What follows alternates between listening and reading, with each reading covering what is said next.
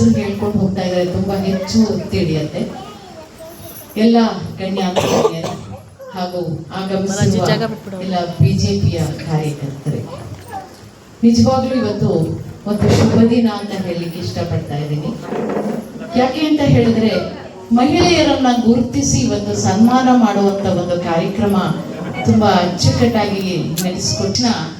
ಬರೀ ಅಡುಗೆ ಮನೆಗೆ ಮಾತ್ರ ಸೀಮಿತ ಅಂತ ಎಲ್ಲರಲ್ಲೂ ಭಾವನೆ ಇತ್ತು, ಆದ್ರೆ ಈಗ ಇಲ್ಲ.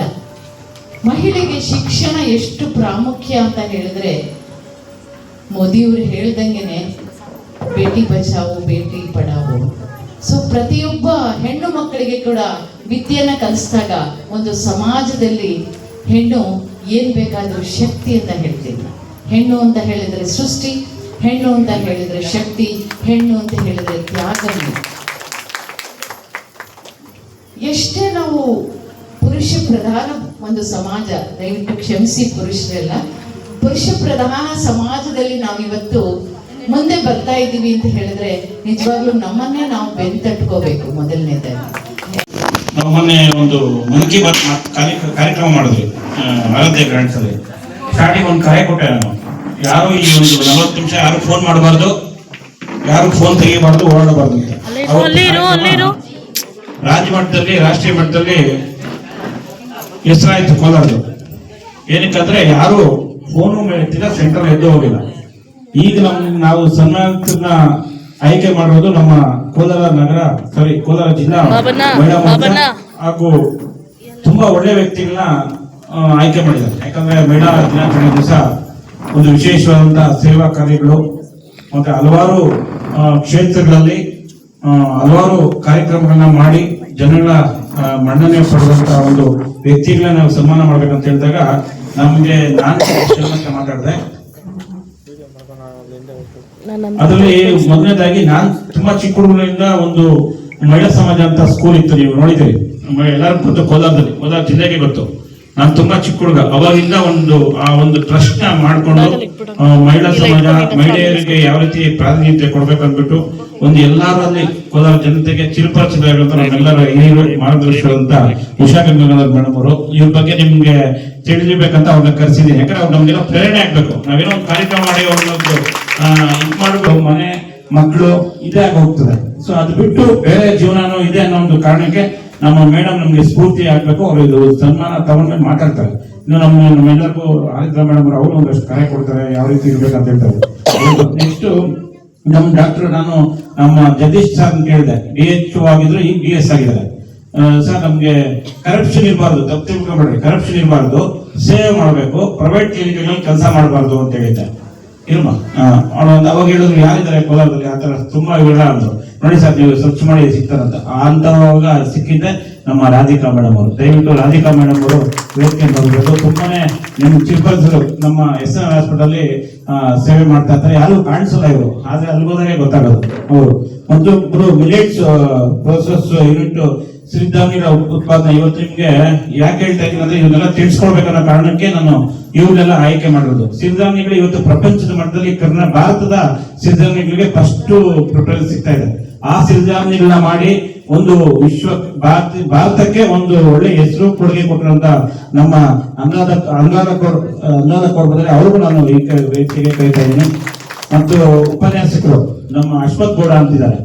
ಅಶ್ವಥ್ ಗೌಡರಾಗೆ ನಾನು ಫೋನ್ ಮಾಡಿದ್ದೆ ಮೊನ್ನೆ. ಒಳ್ಳೆ ಟೀಚರು, ಮಕ್ಕಳಿಗೆ ಉಪಯೋಗ ಒಳ್ಳೆ ಮೇಲೆ ಇಲ್ಲ ಯಾರಿದಂತ ಅವ್ರು ಚರ್ಚೆ ಮಾಡಿ 1 ಅವರ್ ಆದ್ಮೇಲೆ ನಮ್ಮ ಸರಜಕ್ಕ ಹೇಳಿದ್ರು, ದಯವಿಟ್ಟು ಸರಜಕ್ಕ ಅವರು ಬರ್ಬೇಕು ತಿಳ್ಕೊಬೇಕು. ಯಾಕಂದ್ರೆ ನಮ್ಮಲ್ಲಿ ಯಾರೋ ಒಬ್ರು ನೆಕ್ಸ್ಟ್ ಸರಜಕ್ಕ, ರಾಧಕ್ಕ ಈ ತರ ಹಾಕ್ಬೇಕನ್ನೋ ಉದ್ದೇಶ ನಮ್ಮ ಮಹಿಳಾ ಮೋರ್ಚಾ ಟೀಮ್ದು. ಇದಾದ್ಮೇಲೆ ಮತ್ತೊಬ್ರು ಇವರು ಉಪನ್ಯಾಸಕರು ಅವನಿಂದ ಬಂದಿದ್ದಾರೆ. ದಯವಿಟ್ಟು ಅವರು ಕೂಡ ವೇದಿಕೆ ಮಾಡಬೇಕು. ಇವರು ಕೂಡ ಅಷ್ಟೇ ಒಳ್ಳೆ ಜನಗಳಲ್ಲಿ ಬೆಳೆಸಿದ್ದಾರೆ. ಮತ್ತೆ ನಮ್ಮ ಇನ್ನೊಂದು ಗೊತ್ತು ನಿಮ್ಗೆ, ಅಣಬೆ ಬೇಸಾಯದಲ್ಲಿ ರಾಜ್ಯ ಮಟ್ಟದಲ್ಲಿ ಒಂದು ಉತ್ತಮವಾದಂತಹ ಹೆಸರು ಮಾಡಿ ಅಣಬೆನ ಬೆಳೆದು ತಾನೂ ಬೆಳೆದು ತನ್ನ ಸುತ್ತಮುತ್ತಲ ಜನರು ಕೂಡ ಹೆಸರು ಮಾಡಿಸಿ ನಮ್ಮ ಕಡಾರಪಣದಲ್ಲಿ ಇರೋದವರು ನಾಗೇಳಿಯವರು ಉದ್ಯಮಿಗಳು. ನಿಮ್ಗೆ ಗೊತ್ತಿರ್ಬೇಕು, ಮೊನ್ನೆ ತಾನೇ ನ್ಯಾಷನಲ್ ಆಡ್ಬಿಟ್ಟು ಚಿಕ್ಕ ಮಗು ನಮ್ಮ ಕೋಲಾರದ ಕಿಲಾರಪೇಟೆಯ ಹೆಣ್ಮಗು ಈ ರಾಷ್ಟ್ರೀಯ ಮಟ್ಟದಲ್ಲಿ ಹೆಸರು ಮಾಡಿ ಕಬಡ್ಡಿ ಆಡಿರುವಂತ ನಮ್ಮ ಮಾನಸ ಅವರು ಕೂಡ ಬರಬೇಕು. ನೋಡಿ ಇನ್ನೊಂದು ತುಂಬಾ ಅತ್ಯಂತ ಕೋಲಾರಕ್ಕೆ ಕರ್ನಾಟಕಕ್ಕೂ ತುಂಬಾ ಹೆಸರು ಇಷ್ಟು ನಾವು ಒಂದು ವ್ಯವಸ್ಥೆ ಮಾಡ್ಕೊಂಡಿದ್ರೆ ಅಷ್ಟು ಜನ ನಮ್ಮ ಕರೆಗೆ ಹೂಗುಟ್ಟಿ ಬಂದಿದ್ರೆ ನಮ್ಮೆಲ್ಲ ಮಹಿಳಾ ಜಿಲ್ಲಾ ಪದಾಧಿಕಾರಿಗಳು ಆದಿತ್ಯ ಮೇಡಮ್ನವರು, ಅರ್ಣಮ್ನವರು, ಮಮತಮ್ನವರು, ಮತ್ತೆ ನಮ್ಮ ನಿರ್ಮಾಣಕ್ನವರು, ಮಮತಾವಿ, ನಮ್ಮ ಪದ್ಮಮ್ಮನವರು ಎಲ್ಲರೂ ಇದಕ್ಕೆ ತುಂಬಾ ಸಾಕಷ್ಟು ಸಹಕಾರ ಕೊಟ್ಟಿರೋದು ನಮ್ಮ ನಗರ ಅಧ್ಯಕ್ಷರಾದಂತಹ ಸವಿತಾ ಮೇಡಮ್ನವರು, ಅರ್ಣಮ್ನವರು. ಇವರಿಬ್ರು ತುಂಬಾ ಒಳ್ಳೆ ಹೆಸರು ಮಾಡಿದ್ದಾರೆ. ಇದಕ್ಕೆ ಗಜಮ್ ಇದೆ, ಅನಿತಾ ನಾಗರಾಜ್ ಅಂತ ಹೇಳಿದ್ದಾರೆ, ಮತ್ತೆ ಸಾಕಷ್ಟು ಜನ ಇವರೆಲ್ಲ ನಮ್ದೇ ಇಲ್ಲ. ನಾನು ಬಂದು ಇಲ್ಲಿ ಕುತ್ಕೊಂಡಿದ್ದೀನಿ ಅಷ್ಟೇ, ನಾವೇನು ಇದಕ್ಕೆ ಸಪೋರ್ಟೇ ಮಾಡಿಲ್ಲ, ಎಲ್ಲ ಅವ್ರದೇ. ಮೇಡಮ್ ಅವ್ರ ಮೇಡಮ್ ಇರ್ಬೇಕು, ನಾನು ಕೂಡ ವೇದಿಕೆ ಇಲ್ಲ ಅಂತ ಹೇಳ್ತಾರೆ. ನನ್ನ ನಮಸ್ಕಾರಗಳು.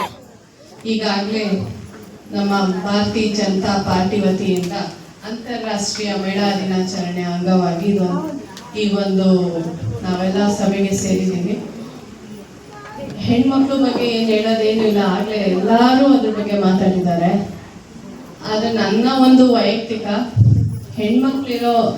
ಹೆಣ್ಮಕ್ಳಿಂದ ಇರೋ ತಂದೆ, ಅಣ್ಣ ತಮ್ಮ, ಗಂಡ, ಮಗ ಇವ್ರು ಯಾರನ್ನೂ ಗುರುತಿಸಿಲ್ಲ.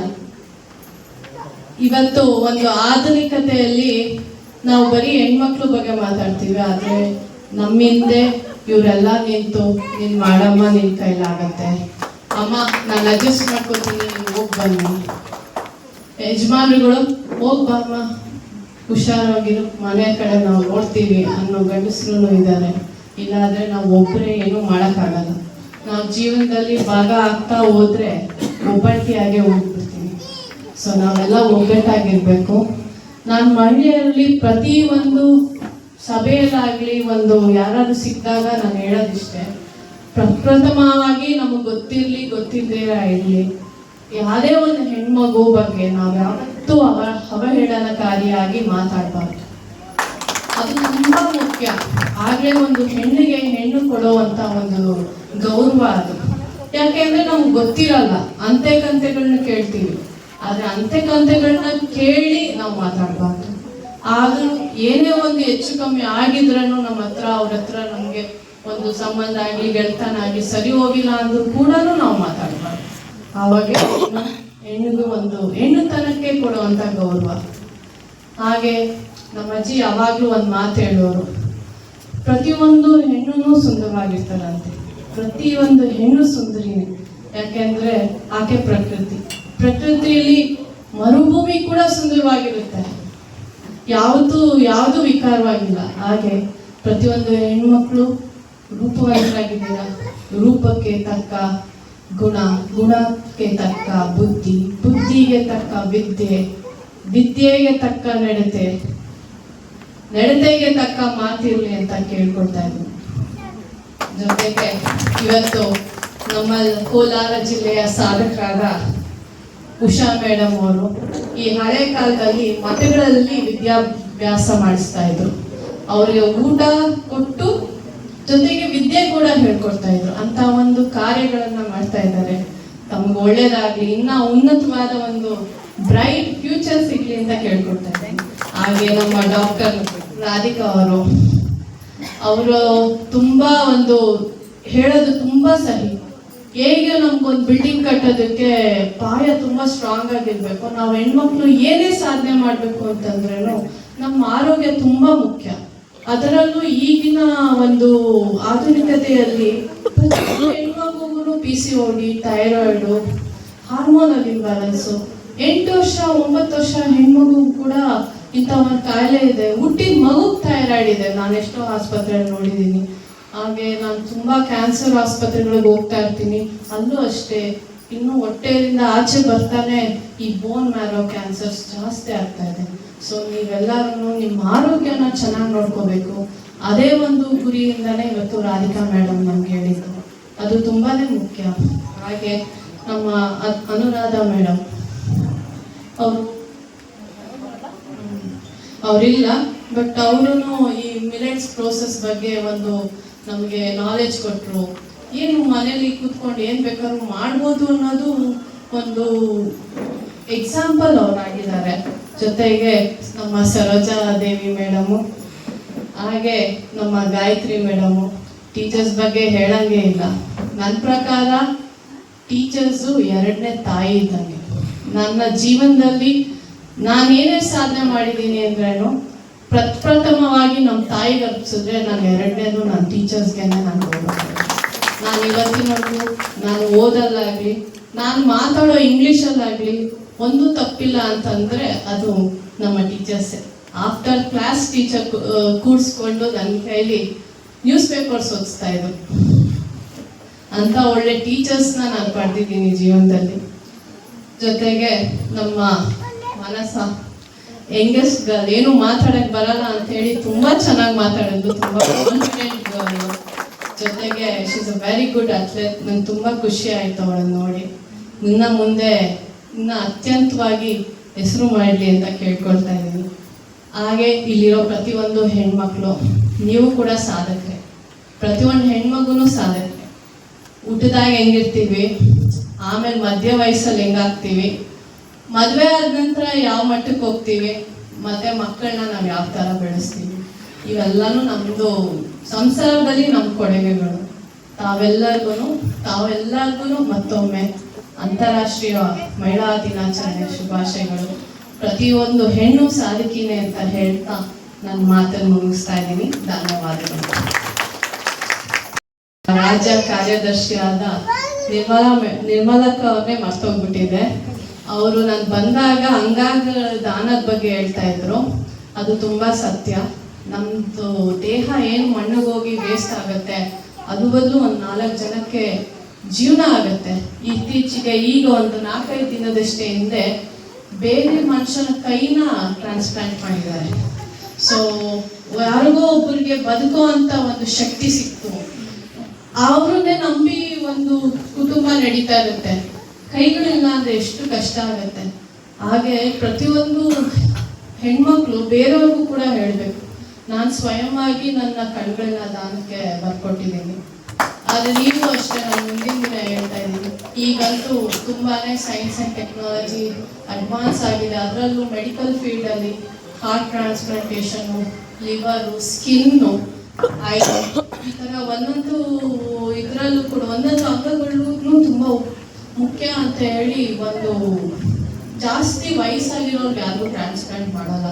ತುಂಬ ಚಿಕ್ಕ ಮಕ್ಕಳು ಇಲ್ಲ ಮಧ್ಯ ವಯಸ್ಸಿನವರು ಅವಶ್ಯಕತೆ ಇರೋರಿಗೆ ಮಾತ್ರ ಅವರು ಮಾಡೋದು. ಯಾರೂ ದುರ್ಬಳಕೆ ಆಗಲ್ಲ. ತಾವೆಲ್ಲ ದೊಡ್ಡ ಮನಸ್ಸು ಮಾಡಿ ಇದ್ರ ಬಗ್ಗೆ ಅರಿವು ಕೊಡಬೇಕು.